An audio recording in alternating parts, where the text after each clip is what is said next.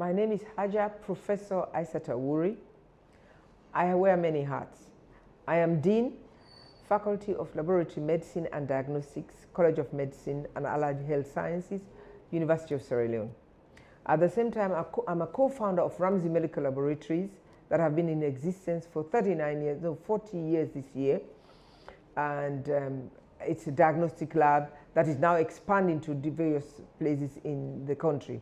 We currently have 3 locations and we're hoping to expand to 5 in the next 2 years. However, I'm there, but now I am a consultant because we now have a managing director who is manning the establishment.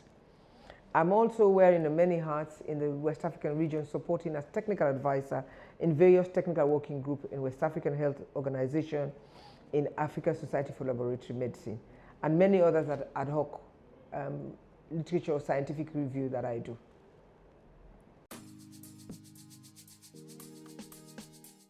In my career, what motivates me is that my personality is a finisher. Whatever I hold, I have to finish. And finishing means that in science, it means that you will never finish because science is evolving every day. So the motivation I have is to be able to keep abreast and on things that are evolving and things that are coming on board, and to be able to achieve my exit plan, which I've been working on since the day I started lecturing. For instance, my mind has always been, what do I leave behind? And most likely I would like to leave a woman in this space, because I think the nature of the innate multitasking of women, also the gathering of women, gathering people together, the art of delegation, I think it's much more pronounced in women. So these are my motivation. It's like, when I leave, what would happen?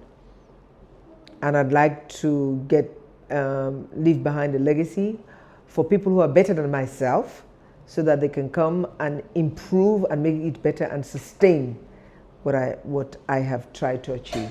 Yeah. Very much interested in the cash box, because the cash box is almost the same thing. It's savings. It's something that, for instance, if I get the cash box and I say I'm locking it for 8 months, I want it to be locked for 8 months by the app. But at the same time, the app to be flagging to say you have to be putting X every month to the 8th month. So I want a time frame, and I want a minimum that I can be putting into it based on my commitment. So I go look for that kind of cash box day for day. If na bigger project, I go look for, don't tell the cash box, say, this is my ceiling. I want to go to, for instance, $5,000, $4,000. That's what I want to do by month X, because that's by that time I should have collected enough for Hajj. So I would like with a flag that I should be putting it. Reminder, not maybe the frequency now can be determined, but reminder to say this account, you're this far from your target. So I would like the cash box on Saturday put in, it's locked towards a target. If I give the date, say by Yom Kippur, I should have had this to give to the mosque. By Ramadan, I should have had this to give to the mosque. End. So in my own accounting, I get 3 spreadsheets. A spreadsheet for zakat, and that zakat spreadsheet is the one that I use for minor projects. Like I say, what it will cost me, almost have to spend every Friday, the 52 Fridays of the year. It did it. And then it also say, when it comes to September, almost I for spend. So the next sheet would have that one. In September, let me estimate, say, if I pay school fee for 5 pikin, what it will be? College, school, and if I say 2 college, 2 school, 1, what it for be? So I go around and find out almost it costs tuition fee, almost at the fees them for day, and small allowance for them for then little like matriculations, graduations, and all of that. I get that one day. So that's one for the zakat.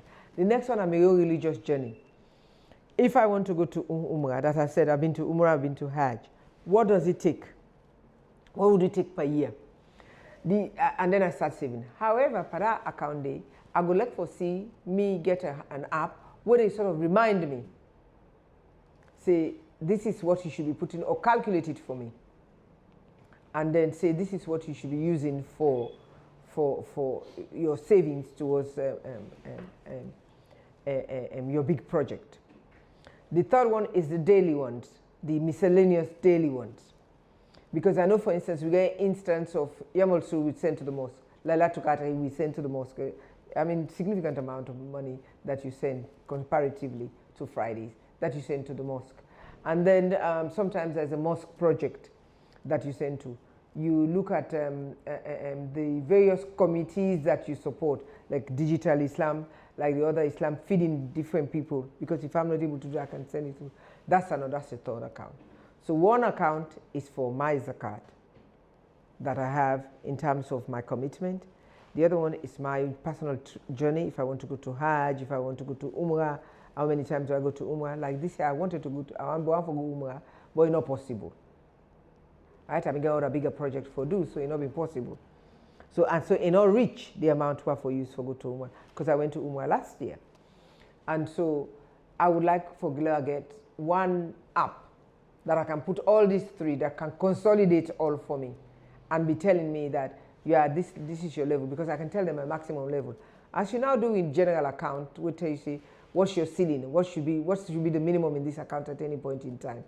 I would like to see an app where we say, since you started doing it, this is your scale by month 1, because this is what you have committed.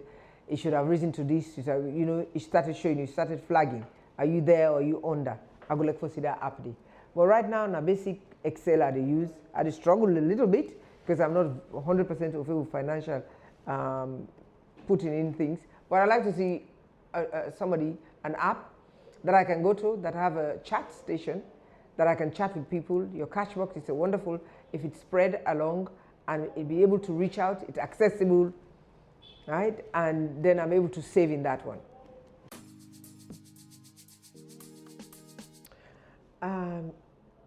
I approach zakat in many ways.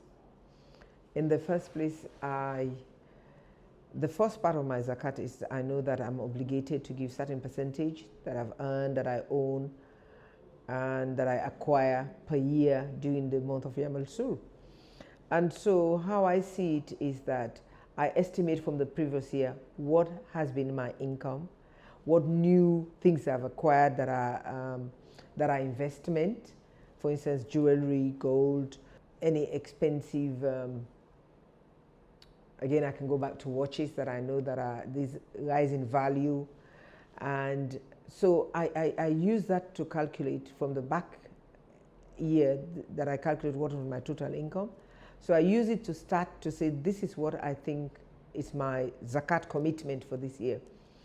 So I start by using it on every Friday, first of all, so I do not accumulate it. So every Friday there is a certain amount of portion of my funds that I keep together for the mosque, for the beggars in the street, and also for charitable work. For instance, supporting Islamic initiative, like maybe supporting the mosque when we were building the mosque. It's part of my zakat that I take from. And so that my budget, I always know that I have to be able to save within this amount of money, and that's what I'm going to spend within. Sometimes it go above, and a few times it has gone under if I'm traveling and I'm not here. But what I try to do is to use it for the various charitable work that I feel it will make impact, that I feel that going towards Allah, this is what I think He loaned me all of what I have, but this is my payback. So it goes towards, I budget it in such a way that I spread it out throughout the year in various different occasions, various different support. I support the Muslim Jamaat in university, I support the Feed Islam, I support the Digital Islam. All of these I support from my zakat, hoping that there is no profit. So what we do in general is to, what I do in general is to have a savings account that is my zakat account. And this is so necessary because, for instance, if I have a major Islamic project that I want to do, like if I feel that maybe next year I would like to send somebody to Hajj, then I start saving from this year in the Hajj budget. and in my budget, my zakat budget that I do in my zakat account, because it's very difficult to hold on to it. And so I put it in that account so it does not overburden my necessary spending, my other spendings, but then it is in part of that account. I want that account to be in such a way that it is always there, and the other account of my daily spending, or my spending on myself, or my excesses of spending, which as human beings we do, for it not to interfere. But I do also make sure that that account, it is so necessary to have that savings account where you put money daily on a daily basis. When I said spreading my zakat throughout the year, it doesn't mean I'm holding it and spending it throughout the year so that I will calculate it. It's very difficult to. So what I do, I sort of put it in bulk. If I do not put it monthly, sometimes I put it quarterly. So I know I have to, at the end of the day, my calculation has to reach this amount that will be in that charity account. So that's what I do. So we need such an account, not only for charity in terms of, for instance, in September, you have a lot of zakat that I do, or a lot of people do that in helping people with fees, books, uniforms, and all of that. So it is not something you have to go and find, but it's in from that zakat account. So there has to be an account that is open, that you are able to access easily, but at the same time, access by putting in funding and access by taking it out. But at the same time, it doesn't have incur the interest that you would do in your otherwise account, because all other banks, when you open savings, it incurs interest. So I would like to see an account where I know when I put it, that's the money is going to stay there. Yes, you have to pay service fees, service charges, but it's going to stay there, and from that is where I withdraw to perform my zakat. So, and not only one account, I'd like two. I'd like one that is a major project, if I'm supporting building a mosque, if I'm supporting, again, as I said, somebody going to Hajj, it's going to be a major bulk support, I'd like it to be there. But I like another one that's almost like the everyday spending, that I know I spend here for Fridays, I know I spend here for school fees in September, I know I spend here for helping somebody who's instantly hospitalized that cannot afford it, that I need to go and support. I know Ramadan is not only, it's a major one. In fact, it should go into that big account, because Ramadan is major. You not only support your mosque, but you also try to support various other mosques and various other initiatives to ensure people are able to perform their iftar, to some people are able to go to prayers and all of that. So that's how I think it is so necessary to have an account, or accounts to do that, yeah.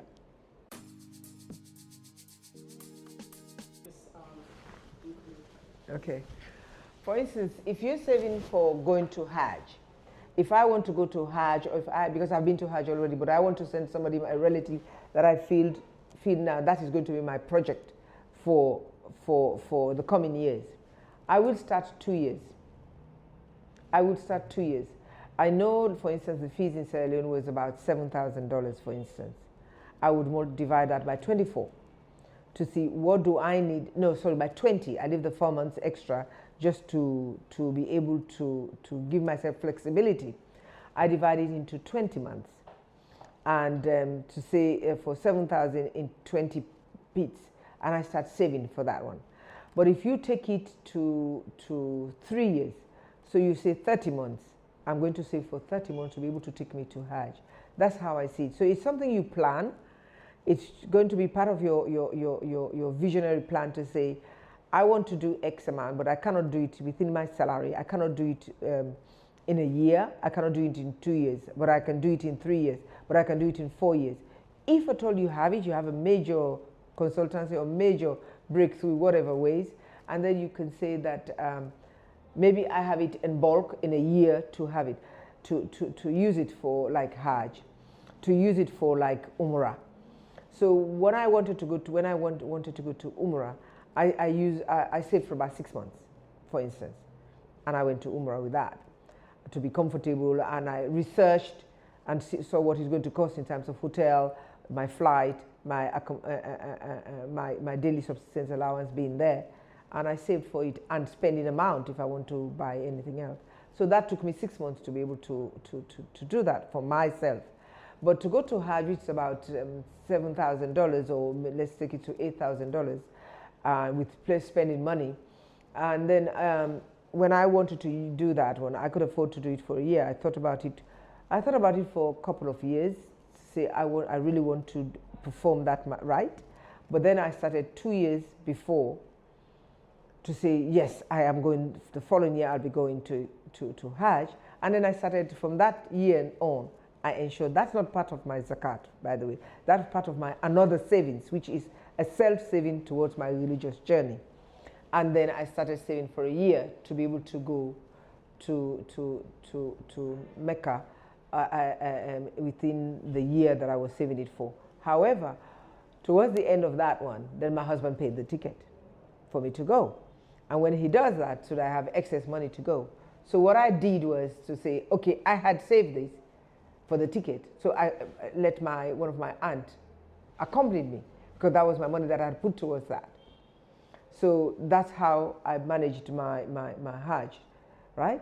So if I go back to summarize, depending on your income, basically I think 2 years should be maybe the minimum you should work towards starting to save for your Hajj. It's the minimum. I did not say it depends on what you have. But then you should start now by 3 years, by 4 years, especially the young ones now who want to go to Hajj. In fact, that savings prepares you better to go to Hajj, because you know that I'm putting money here because I want to go closer to Allah. I want to be able to go into my deen properly. So once you start saving, that's the start of your commitment. So it also has a religious aspect to it, that you're committing towards something that you want to achieve, one of the pillars of Islam that you want to achieve. So you start saving towards that. And saving towards that you have to do proportionately. Yeah. My biggest motivation, na mi mama. Mi mama na such a focused spender. What I mean focused spender.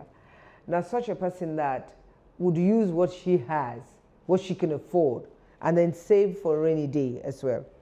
Whereas my auntie, we spend.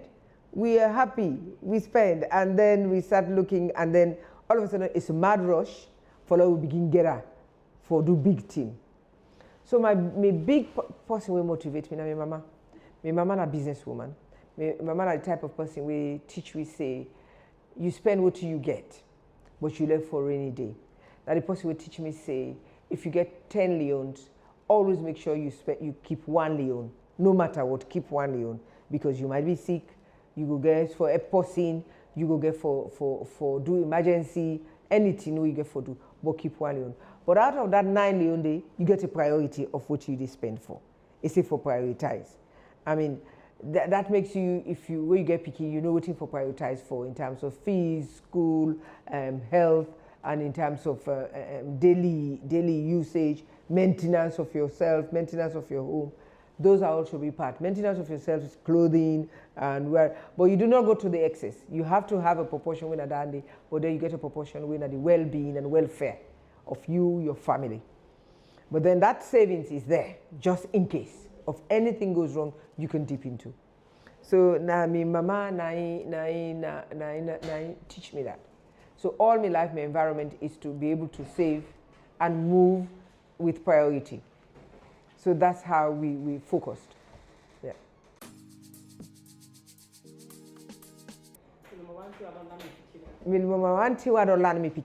Is that try for save for relevant thing. We all want all things, but look if you need them. So now that one of the lines where they tell them. So for instance, when I mean small, they want something, picking one PlayStation, they want this, one that. The modern days now all electronics. So one of meeting where they ask them, what you don't save from your lunch? Let me see what you don't save. It might be very insignificant to what I'm going to buy, but the fact that they are committed to be saving should mean that they're going on the right track. It's not blanket. The only time where I would do a blanket can do maybe a birthday, maybe they do so well in school, exceptionally well. I say, okay, make her do something. Although I tell them, say, even in schooling, and then commitment. But sometimes just to motivate them, say that extra effort where you put, and so that was the key learning lesson. So for save with whatever you have, you save it. Whatever you want, you save for it. So Nadande, I try for putting to them. And then, it's not easy, but I try for telling them, say, prioritize your spending. You don't need 2 football. You need 1. You don't need 3 shoes very small. Now 1 black, 1 brown, 1 crepe with comfort of back. So these are some of the lessons that they learn. You learn and say, what do you meet now? Now me achieve them, not to you achieve them. That was one of the reasons why the boys said, we now make them go, take motor car, drive them for go left them at school. When they free to when they school, when they come aboard in school, now then say they go take transport for go school. I mean, if I want to send them go to me mama, now then go. Teach them the culture in such a way that when Ramadan reach, that then they can sooner go around. Right? No matter what, no matter what in the land, no matter whatever, I teach them that. We spend a significant amount of time in different countries. When we were in Gambia, the first port of call where we teach them, the first thing they will ask, one of the things they would for find out and tell me with all them, who's the nearest masjid day? Who's the nearest ulaman day for teach Quran? Similarly, even when we go to England, every Sunday they forget ready, not to me for ready them, not them for week before me, for ready for go Quran class. In wherever we are, we find the nearest places for them to learn Quran. So that was I feel that say, as a mother, and myself and my husband, we feel say, now we own way down there for motivate them to say, this house is a house that was loaned to us by Allah. All what we get was loaned to us by Allah. Not till we get her, but with Him blessing make we get her. It takes hard work, therefore work well. It takes for you for prioritize, even though you work hard to prioritize. And it takes you for get empathy. Because out of them, there and they would them in the save, we make sure that like in Ramadan, then they give you their own savings for go now the charitable home, like blind school, like the school of the deaf, like the mental home, from when they're small. That was something we taught them for too. And one of the biggest things we get, now coming from Eastern, you know that they have to learn all the tradition and culture. That is Riyamal Su, they will follow me go to the mosque and try for pay. Towards the mosque when they make them preparation. They might not go to, because in my days we used to go out and dance when it's Yamal Sul. But nowadays we just send money go.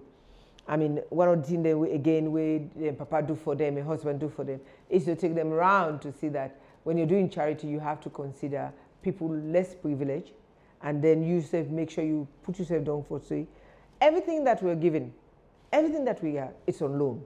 Because this earth, we're on loan. Prepare us for Jannah. We're trying to prepare ourselves for them for Jannah. It doesn't mean we erode their teenage life. Of course, teenage rebellious years, we saw it, the rebellious time where they want to do things, the lily excuses for prayer time. We saw all of that. But the motivation where we try for Gideon, for understand to say, whatever I don't achieve, for like me now, whatever I don't achieve, attribute and say now with the grace of Allah. It's not by myself, but now by the grace of Allah. So whatever success I get, I always use them. Bakutem I use them for fast, for thank Allah. Even not in the days that fasting does. I just fast say this, talk to myself, zikr and talk to Allah. Say this day today, I am not starving myself. I'm not depriving myself. I'm taking food away to think of how it is without food, but to understand that for me to be able to eat, even if the food is available, now because you give me chance, not because you lent me health, not because you lent me ways to reach out to you and to reach out to people. So my focus with me, Pikinem, they learn, say, they should achieve by themselves, they should prioritize, they should put God before, and all what they get, all what we get when they see, we make them day uside and day, now a loan from Allah. The most favorite thing about being a grandmother is having somebody who runs to you after work every time. Oh. And just, even pointing at the door, even hearing a car coming would say, Mama, trying to identify me. So to see that, and once I'm there, he's all over me. So that's the beauty of it. Yeah, it's motherhood, but in another different level.